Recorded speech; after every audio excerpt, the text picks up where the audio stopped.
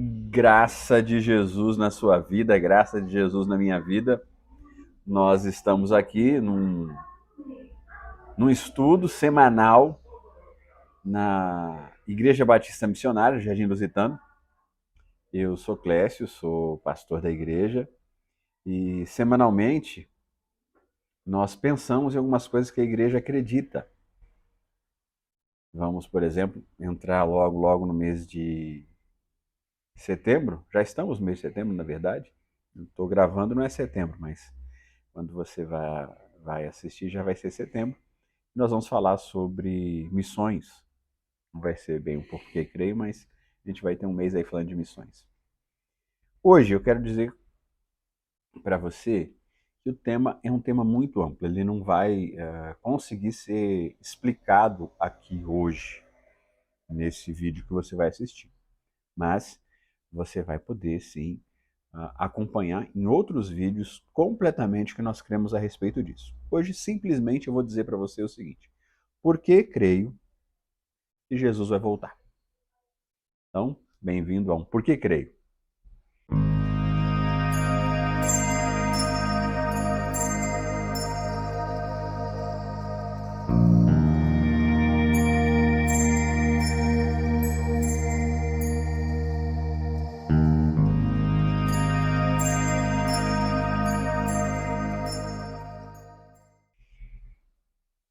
Por que creio que Jesus Cristo vai voltar? Bom, primeiro, é uma declaração bíblica. A volta de Jesus é uma declaração bíblica. Então, nós não podemos, não tem como fugir dessa verdade. Tá dentro da Bíblia. Jesus Cristo vai voltar, tá? Então, creio que Jesus vai voltar porque está escrito na Bíblia. Primeiro, no Antigo Testamento. Não é uma doutrina do Novo Testamento. Né? Embolou aqui porque quer dizer, não é uma doutrina neotestamentária, né? Não é uma doutrina reservada ao Novo Testamento. O Antigo Testamento, ele fala da vinda de Jesus nascendo de Maria, mas ele também fala da volta de Jesus. Eu vou citar alguns textos aqui. Primeiro, Miqueias 5, diz assim: ó, o remanescente de Jacó estará no meio de muitos povos, como orvalho da parte do Senhor, como aguaceiro sobre a relva. Não porá sua esperança no homem, nem dependerá dos seres humanos. O remanescente de Jacó estará entre as nações, no meio de muitos povos, como um leão entre os animais da floresta, como um leão forte entre rebanhos de ovelhas, leão que quando ataca destroça e mutila a presa, sem que ninguém a possa livrar. Sua mão se levantará contra os seus adversários e todos os seus inimigos serão destruídos. Essa figura aqui de Miqueias, essa figura não se concretizou ainda em Jesus. Ela vai se concretizar em Jesus lá na frente. Você pode dizer, mas o remanescente de Jacó não é o Israel, o remanescente de Jacó. Existem muitas ilustrações, tá certo? Que cabem no remanescente de Jacó, mas aqui nós vamos entender que é a volta de Jesus. Tem um texto muito conhecido no Antigo Testamento, que é a grande referência, tá certo? Porque fala de um momento único da vinda de Jesus, num segundo momento, um momento único, e não tem como você subentender. Você pode até ler Miqueias e dizer talvez seja Israel, não seja a segunda volta de Jesus, a segunda vinda de Jesus, não é a segunda volta, a segunda vinda de Jesus.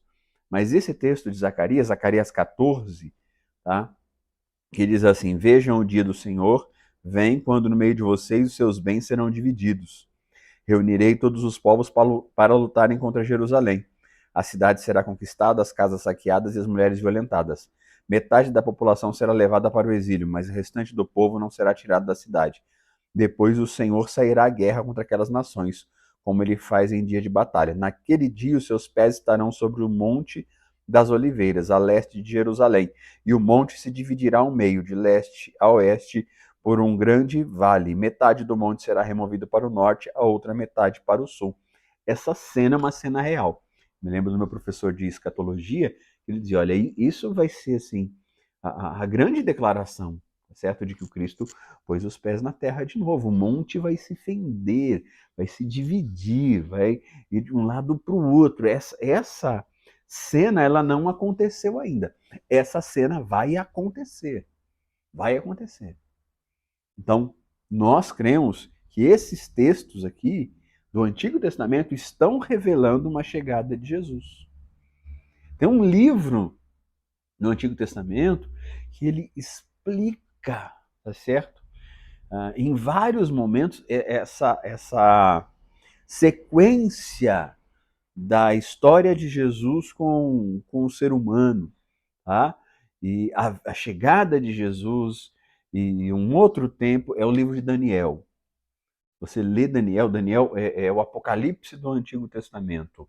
O Daniel ele é amarrado ao Apocalipse do Novo Testamento, e com ele você entende os tempos, inclusive esse tempo entre a chegada de Jesus na Terra, a vida de Jesus, a crucificação, a assunção de Jesus aos céus e o seu retorno depois. Lendo e estudando com detalhes Daniel, você vai perceber tudo isso. Eu vou ler uma história, né, conhecidíssima de Daniel, para você ter uma ideia. Daniel 2,31. Tu olhaste, ó rei, e diante de ti estava uma grande estátua, uma estátua enorme, impressionante.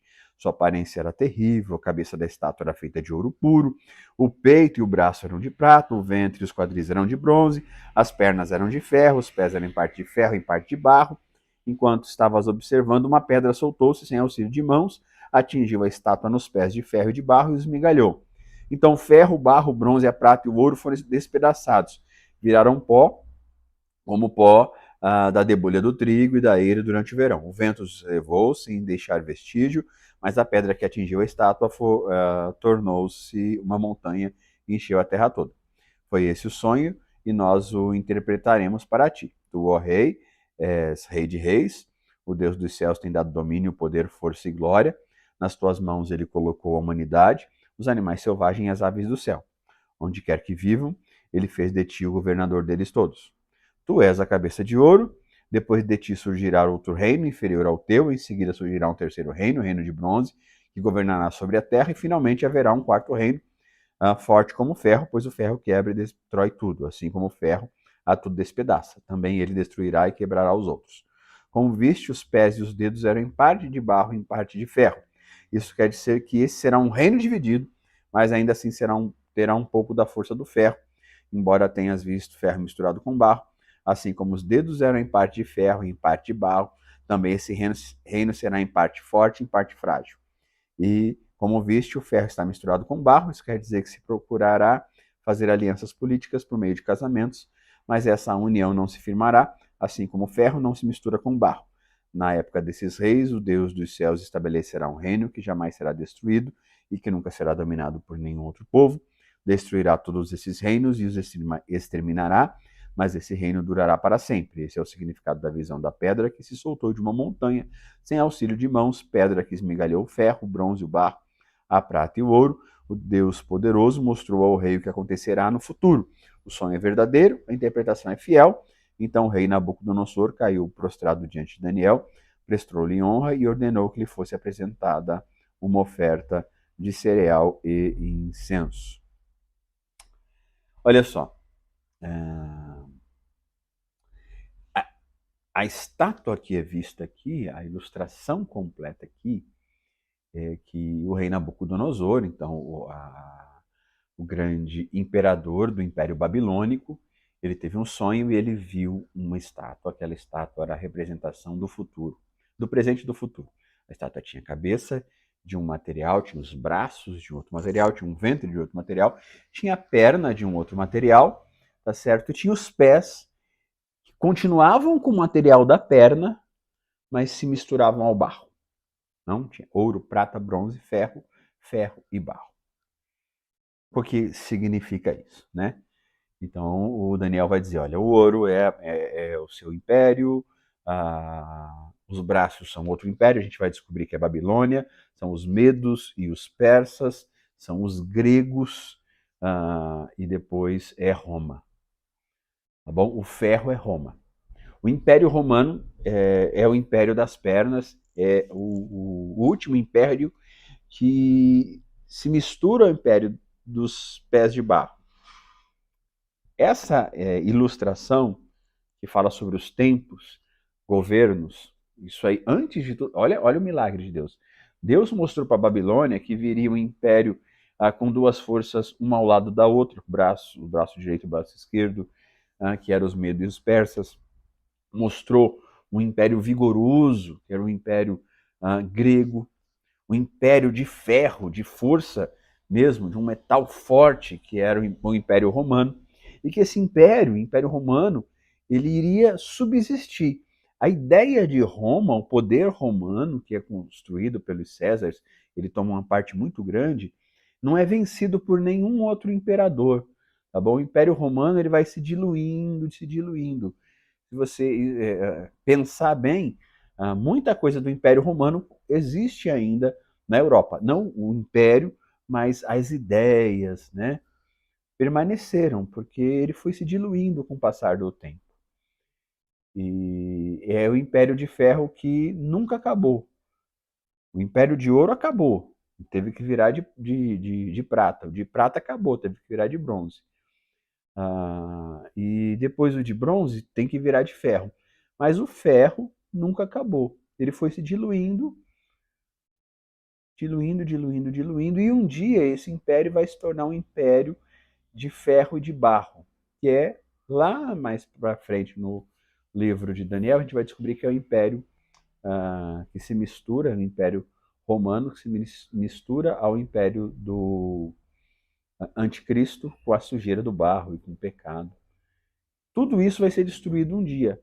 O Império Romano não foi destruído ainda por um domínio completo de Jesus Cristo. Aqui são poderes políticos. Um dia a rocha vem do céu e destruirá. Daniel está contando que vai haver um retorno de Jesus para destruir oficialmente esses impérios. Olha que coisa interessante. Os impérios são Babilônia, Medo-Persa, grego e romano. O último é o império dos pés, é o ferro com o barro, as ideias de Roma junto do anticristo. Esse império vai ser vencido por Jesus. Todo o Antigo Testamento tem essas ilustrações, mostrando que um dia Jesus ainda virá. Não se compara às declarações do Novo Testamento. Atos 1,8 diz: mas receberão poder quando o Espírito Santo descer sobre vocês, e serão minhas testemunhas em Jerusalém, toda a Judéia e Samaria até os confins da terra. Tendo dito isso, foi elevado às alturas enquanto eles olhavam, e uma nuvem encobriu da vista deles, e eles ficaram com os olhos fixos no céu enquanto ele subia. De repente surgiram diante deles 2 homens vestidos de branco. Eles disseram: Galileus, por que vocês estão olhando para o céu? Esse mesmo Jesus que dentre vocês foi elevado aos céus, voltará da mesma forma como viram subir. Essa coisa linda de Jesus subindo aos céus é amarrada a uma declaração de anjos. Os anjos dizem assim: ó, fica atento aí. Vocês ficam olhando para o céu, olhando para o céu, olhando para o céu, olha para a terra e espera, porque da mesma maneira que ele foi levado aos céus, voltará da mesma forma. Da mesma forma. Esse é o texto mais claro sobre a volta de Jesus. Jesus vai voltar. Então, por que eu creio? Porque o Antigo Testamento fala, porque o Novo Testamento fala. 1 Tessalonicenses 4,13 diz: Irmãos, não queremos que vocês sejam ignorantes quanto aos que dormem, para que não se entristeçam como os outros, que não têm esperança. Se cremos que Jesus morreu e ressurgiu, cremos também que Deus trará, mediante Jesus e juntamente com ele, aqueles que nele dormiram. Dizemos a vocês, pela palavra do Senhor, que nós, os que estivermos vivos e os que ficarmos até a vinda do Senhor, certamente não precederemos os que dormem. Até a vinda do Senhor. Jesus vai voltar. Aqui ele já subiu e eles estão esperando a vinda. Pois, dada a ordem com a voz do arcanjo, ressoar da trombeta de Deus, o próprio Senhor descerá do céu e os mortos em Cristo ressuscitarão primeiro. Paulo, que está escrevendo isso aqui, diz que nós temos que esperar, Jesus vai voltar. A volta de Jesus é clara dentro da Bíblia. E por que Jesus vai voltar? Por que Jesus volta? Isso é algo para se estudar, para se pensar. Jesus vai voltar, ao invés de simplesmente ficar no céu reinando e recebendo a gente no céu reinando, por algumas razões que a gente pode supor. Primeiro,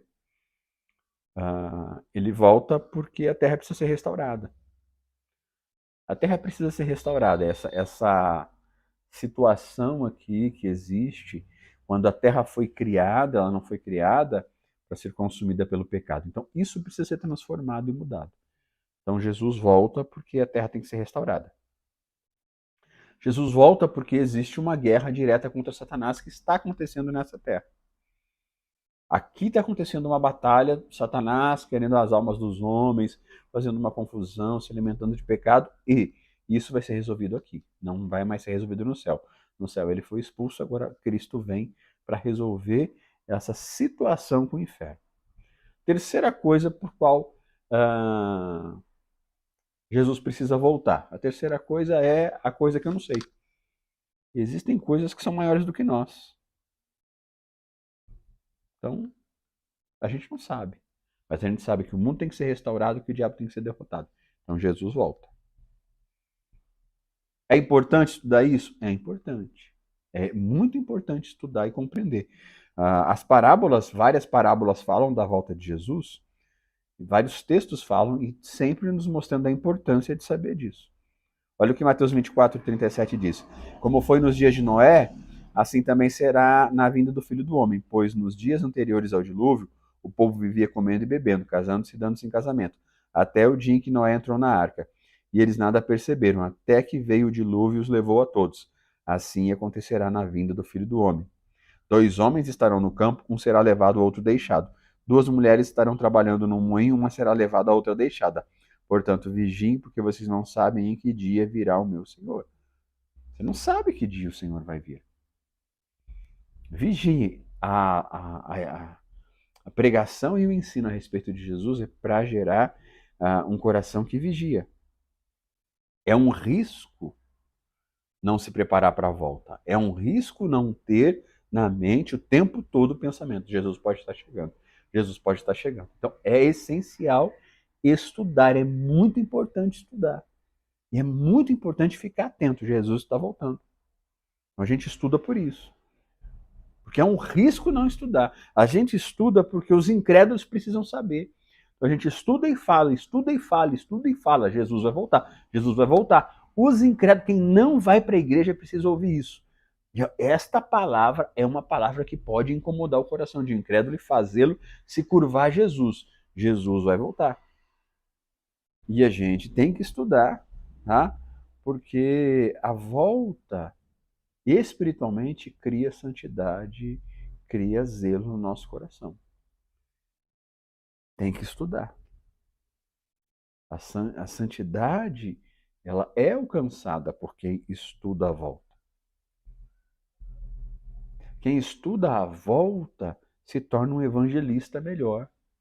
Se torna alguém que fala e explica o evangelho com um coração assim muito mais temente a Deus, preocupado que as pessoas não sejam destruídas na volta.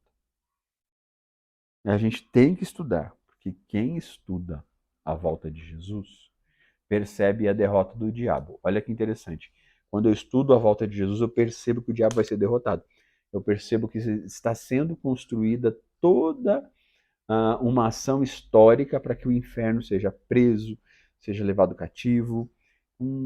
Eu estudo a volta de Jesus porque estudar a volta de Jesus gera autoridade na minha boca, na minha mente, no meu coração. Quem estuda a volta de Jesus tem autoridade para repreender o diabo. Se enche de mais coragem. Então tem que estudar a volta. Creio na volta e creio que a gente tem que estudar a volta. A gente tem que compreender a volta.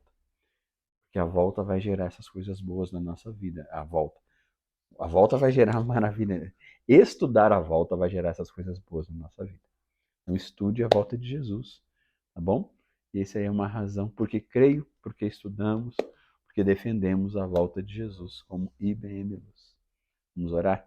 Deus nos abençoe no desejo de estudar um pouco mais a volta do teu Filho Jesus aqui na Terra. Deus faz isso, dá esse desejo a quem está participando, em nome de Jesus. Amém e amém. Deus abençoe.